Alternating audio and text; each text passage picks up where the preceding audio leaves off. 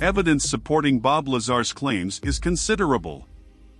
In addition to his claiming naval intelligence work at S4, from late 1988 to early 1989, Lazar claimed to have worked at the Meson Physics lab, a part of the Los Alamos National Laboratories. Some are still scratching their heads, wondering how to both deny his employment at Los Alamos and explain why his name is in an old telephone directory of Los Alamos scientists. 24 Los Alamos employees told former CLOS TV anchor George Knapp that they remembered Bob Lazar. Some of them said that they had been warned not to talk about Lazar and that they were afraid to talk about him. 4 of them confirmed for George Knapp that Lazar had been working on classified projects there. After denying Lazar's employment there since 1989, finally changed their story and said that he had been employed there. George Knapp also talked to former super-secret Groom Lake base employees, who corroborated Lazar's description of such details as how one gets to the base dining room, what the dining room looks like, and how one pays for meals there. It's extremely unlikely that an outsider would know such information. In 1989, Lazar passed a lie detector test arranged by Knapp. At MUFON's 1992 Midwest Conference in Springfield, Missouri, Knapp presented further strong evidence of Lazar's credibility. Lazar had mentioned that a man by the name of Mike Thigpen had visited his house and interviewed him in connection with his S4 employment. Kristen Merck and Mrs. Wayne Higdon, 2 witnesses who happened to be at Lazar's house, confirmed Thigpen's visit. Knapp rhetorically asks, how did Bob Lazar know the name Mike Thigpen? The Department of Energy confirmed for George Knapp that the Office of Federal Investigations, or OFI, whose phone number is not even listed in Las Vegas phone books, performs background checks on people who get clearances to work at the Nevada Test Site or Nellis Air Force Base. An employee of the Office of Federal Investigations called Knapp and confirmed that Thigpen worked for OFI. How did Lazar know that Thigpen did background checks?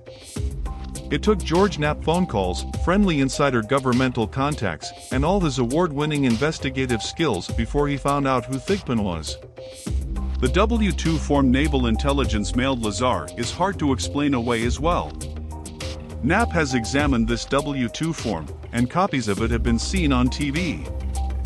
Further boosting Lazar's credibility, John Andrews, Plastic Kit Division Manager of the Tester Corporation, found out that the U.S. Postal Service sends mail with the zip code NAC01, the code on Lazar's W-2 form, to Naval Intelligence Command in Maryland.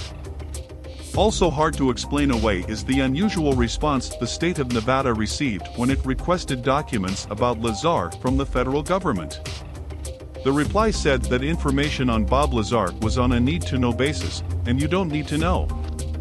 This kind of reply is consistent with Lazar's having had a high security clearance. Here we go through how Bob Lazar's flying saucer could work according to his statements. This further gives credit to his story. The cuboctahedron produces a dual torus, which explains what gravity really is, a whirlpool of some kind. Bob Lazar says that a heart-shaped field surrounds the UFO, which would fit perfectly with reality if the smartest man the Earth has ever produced, Buckminster Fuller, is right. Further, if you want to build a craft that sits within this dual torus field, it would have to be disc-shaped, just like a fish has the form it has to accommodate the water it's in. Then we have the element 115, which would also fit perfectly in this model of reality because, according to Fuller, when we fold the cuboctahedron, we get various stages of geometric stability, all the way to infinity. This is how it works. If the folding of the cuboctahedron equals speed, then the more you fold it, the higher force you get, which means heavier elements are more efficient at producing gravity. So, this fits.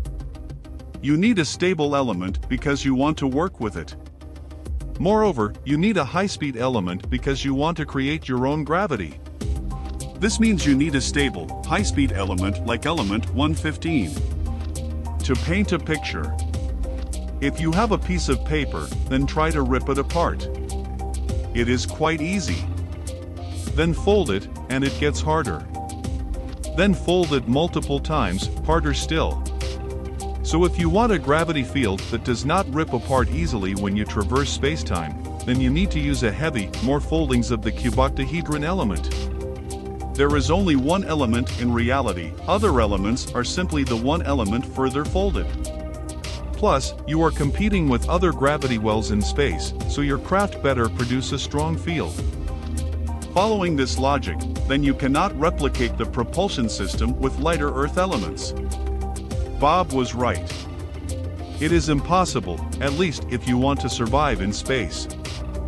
The bottom, when you fold it completely, of the cuboctahedron, is the triangle, so the shape would overshadow the whole picture, and this fits Bob's story. Traveling at light speed is inefficient. You need to warp spacetime in order to make space travel viable. So, then the only way to travel in space is to make use of the dual torus. I believe that you have one torus expanding the space in front of you and one torus closing it behind you. Inertia does not affect you because now you have created your own little reality. In other words, you need the classic UFO shape in order to travel in space in an efficient way. And, at low speeds, the UFO would look goofy in action, as Lazar explains. With the way I look at reality, then Bob Lazar's explanation of how the UFO would work is spot on. So if this is a lie, he is good. The steadfast and consistent way Bob Lazar relays his experiences over 30 years later is absolutely amazing. And for anyone claiming there isn't any evidence to back up his story, then you haven't paid close enough attention. So, what are your thoughts? Do you believe Bob Lazar? Please leave a comment below this video.